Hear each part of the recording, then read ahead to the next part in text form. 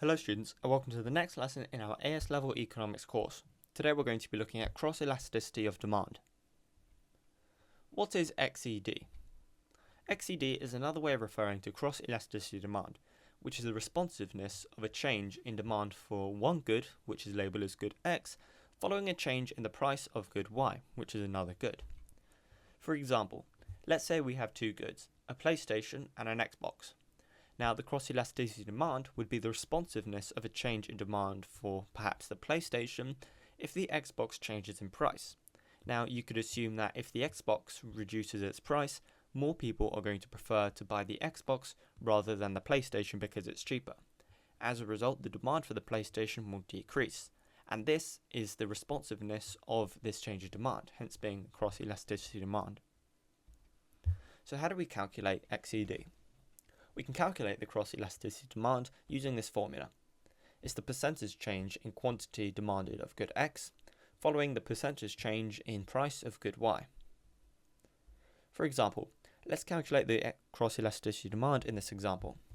The demand for the PlayStation 4 increases by 40% as Microsoft decide to increase the price of the Xbox One by £150, more than the original worth of £350. So, to first calculate it, we need our formula, which is the percentage change in the quantity demanded of good X, following a percentage change in price of good Y.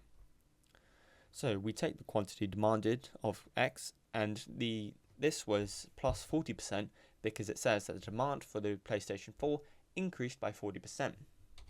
We then have to take the percentage change in the price of good Y, which is plus 50%, because 150 is half of that of the original worth of 300, adding an extra 50% on. Then we have to divide 40 by 50, which is shown in the equation, and this gives us 0.8. Therefore, the cross-elasticity demand is 0.8. Complements and substitutes. Goods and services can be complements, and they can also be substitutes to one another.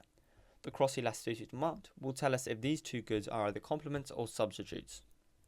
Complements. A complement is a product that is in joint demand with another. When demand increases for one product, so does the demand for the complement. For example, pen and paper.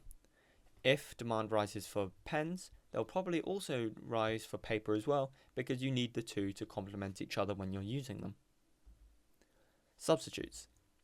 A substitute is a good that is competitively in demand with another. When demand for a product increases, demand for the substitute will decrease. For example, the Xbox and the PlayStation. If demand for the PlayStation increases, demand for the Xbox will probably decrease because more people are going to be buying the PlayStation. Complements and substitutes with the cross-elasticity of demand.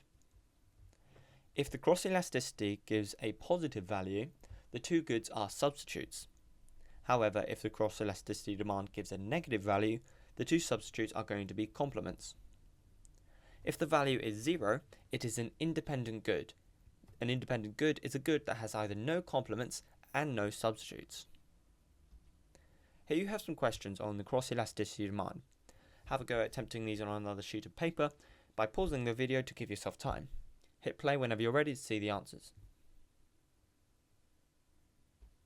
Here are the answers. If you got these right, congratulations. I'd advise you to move on to the next video, which will be on supply. As always, be sure to visit www.revisealevel.co.uk for more information on all of your subjects, and thank you so much for watching. I'll see you again soon.